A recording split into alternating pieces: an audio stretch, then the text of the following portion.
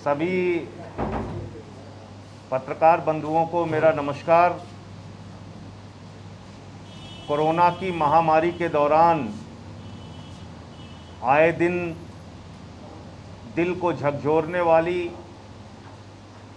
रूह को कँपाने वाली खबरें सामने आ रही हैं और उत्तर प्रदेश में आदित्यनाथ जी की सरकार मौत का आंकड़ा छिपाने की चाहे जितनी कोशिश कर ले, लेकिन गांव-गांव में जो दृश्य सामने आ रहे हैं वो अत्यंत भयावह हैं, डराने वाले हैं। वो फिर चाहे कानपुर हो, चाहे उन्नाव हो, चाहे लखनऊ के आसपास के गांव हो, बलिया हो, गाजीपुर हो, प्रयागराज के आसपास के गांव हों, बिजनौर के गांव हों, सुल्तानपुर हो, फैजाबाद हो, उत्तर प्रदेश के लगभग हर जिले के गांवों की स्थितियों का अगर आप आकलन करेंगे तो गांव-गांव में इस वक्त कोरोना के कारण लोगों की मौत हो रही है। और इसीलिए आप देख रहे हैं कि शमशानों में लाशों की लंबी कतारें लगी हुई हैं। लोगों के पास शमशान में अपने परिजनों का अंतिम संस्कार करने का, दाह संस्कार करने का इंतजाम नहीं है। उनको लकड़ियां नसीब नहीं हो रही हैं। और हमने देखा कि प्रयागराज के घाट पर हजारों की संख्या में जिनको लकड़ियां नसीब नहीं हुई, अपने परिजनों का शव लोगों ने हिंदू रीति रिवाज के विपरीत बालू खोदकर जमीन में गाड़ दिया। यह उत्तर प्रदेश की मजबूरी की दशा है लोगों की। यह उत्तर प्रदेश में लोगों के सामने विडंबना और पीड़ा है, जिसको शासन और प्रशासन नजरअंदाज करने में, झूठ बोलने में और अपनी पीठ थपथपाने में लगा हुआ है। उन्नाव में हमने देखा बालू के रेत के नीचे लोगों ने अपने परिजनों के शव गाड़ दिए।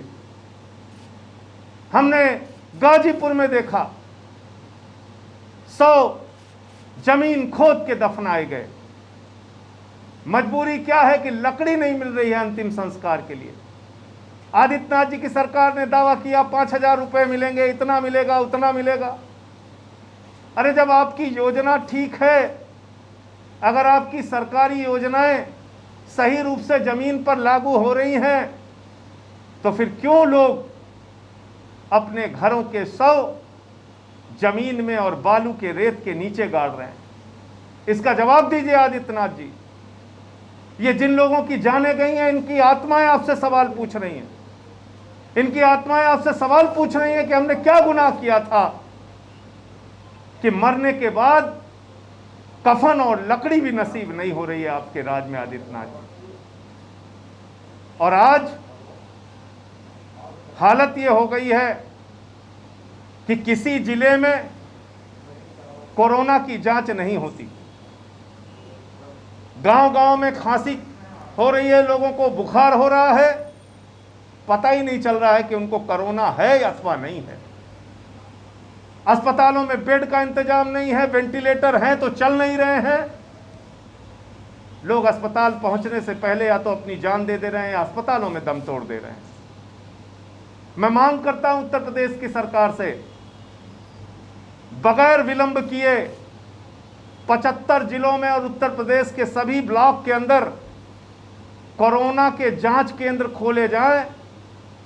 बीमारी छिपाने से, पर्दा डालने से, संकट के सामने खड़े होकर ताली बजाने और पीठ थपथपाने से समाधान नहीं होगा, बल्कि उसके लिए जरूरी है कि संकट को जानिए और संकट को रोकने का इंतजाम कीजिए। हर जिले और हर ब्लॉक के अंदर कोरोना के जांच की व्यवस्था की जाए, जांच केंद्र बनाए जाए, जहां पे एंटीजन और आरटी-पीसीआर की जांच हो सके, लोगों को पता चल सके कि उनको कोरोना है अथवा नहीं है, और उसके हिसाब से वो अपना दवा और इलाज करा सके। नंबर 1। दूसरी बात, एम्बुलेंस की समस्या और दाह संस्कार की समस्या। सरकार ने आदेश जरूर जारी कर दिया, लेकिन जिस जिले में दाह संस्कार के लिए लकड़ी का इंतजाम नहीं हो रहा है, ऐसे जिला अधिकारी को और ऐसे प्रशासन के लोगों को निलंबित किया जाए, उनके खिलाफ कार्रवाई की जाए। ये गुनाह है, पाप है कि बलिया के अंदर पेट्रोल और टायर से अंतिम संस्कार किया जा रहा है, शवों को जलाया जा रहा है पेट्रोल और टायर से। ये अपमान है, ये गुनाह है, ये अपराध है जो हो रहा है उत्तर प्रदेश के अंदर। इसलिए कुछ घोषणाएं कल दिल्ली की हमारी सरकार ने, आम आदमी पार्टी ने की है, और मैं समझता हूं योगी आदित्यनाथ जी को, उत्तर प्रदेश की सरकार को इन फैसलों पर विचार करना चाहिए और उत्तर प्रदेश में भी ये सारे फैसले लागू करने चाहिए। दिल्ली के अंदर मुख्यमंत्री अरविंद केजरीवाल जी ने ऐलान किया है कि जिनके घर में कोरोना के कारण मृत्यु हुई है उनको 50,000 रुपए का मुआवजा दिया जाएगा। जिनके बच्चे अनाथ हो गए हैं, जिनके पिता माता नहीं हैं बच्चों के, उनकी पढ़ाई का, उनकी दवाई का, उनकी शिक्षा का पूरा इंतजाम दिल्ली की केजरीवाल की सरकार करेगी। और जब तक वो बच्चे 25 साल की उम्र के नहीं हो जाते, यानी अपने पैरों पे खड़े नहीं हो जाते, उनको 2,500 रुपये प्रति माह पेंशन देने का काम सरकार करेगी। परिवार में जो कमाने वाले सदस्य थे, अगर पति की मृत्यु हुई है तो पत्नी की मृत्यु हुई है, पति को, माता पिता को, अगर पति पत्नी दोनों की मृत्यु हो गई है तो माता पिता को प्रति माह पेंशन देने का काम दिल्ली की सरकार करेगी। कोरोना के लॉकडाउन के चलते गरीबों के सामने राशन का संकट वहां पैदा हो गया, तो इसके लिए हमारी सरकार ने निर्णय लिया कि 72 लाख जो राशन कार्ड होल्डर हैं, जिनके पास राशन कार्ड है, राशन कार्ड धारकों को तो राशन देगी ही देगी, जिनके पास राशन कार्ड नहीं है उनको भी राशन देने का काम दिल्ली की सरकार करेगी। और इन सब के लिए एक अच्छी और ईमानदार नीयत चाहिए जो केजरीवाल सरकार के पास है, दिल्ली की आम आदमी पार्टी की सरकार के पास है। मैं निवेदन करता हूं, मांग करता हूं योगी आदित्यनाथ जी से, एक बड़ा संकट आया है उत्तर प्रदेश में, आप कृपा करके लोगों की मदद के लिए सामने आइए। जो बच्चे अनाथ हुए हैं उनके लिए पेंशन की व्यवस्था, शिक्षा और स्वास्थ्य की व्यवस्था कीजिए। जिन परिवारों में मृत्यु हुई है उनको 50,000 रुपये का मुआवजा देने का काम कीजिए। और राशन की कोई दिक्कत लोगों के सामने ना आए तो निःशुल्क राशन, मुफ्त में राशन बांटने का भी काम कीजिए। इसके अलावा एक खबर आई जिसको पढ़ के मन दुखी हुआ कि किस तरह से लोगों की जिंदगियों के साथ खिलवाड़ करने का काम आदित्यनाथ जी की सरकार कर रही है। चुनाव के दौरान 1621 शिक्षकों की मृत्यु कोरोना से हुई।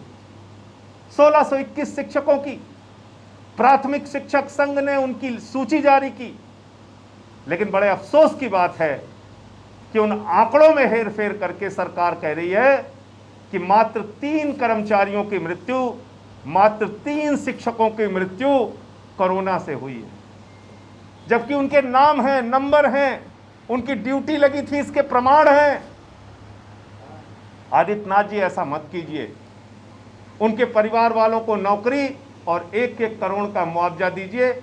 आम आदमी पार्टी ऐसी मांग करती है। 1621 लोगों की मृत्यु चुनाव के दौरान हुई। आपने कहा जो लोग ड्यूटी पे जाते वक्त या ड्यूटी से घर पहुंचने तक, इस बीच जिसको कोरोना हुआ और इस बीच जिसकी मृत्यु हुई, हम सिर्फ उन्हीं को मानेंगे। ये अजीब बात है।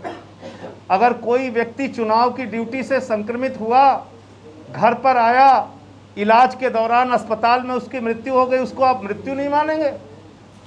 ऐसा अन्याय और अत्याचार।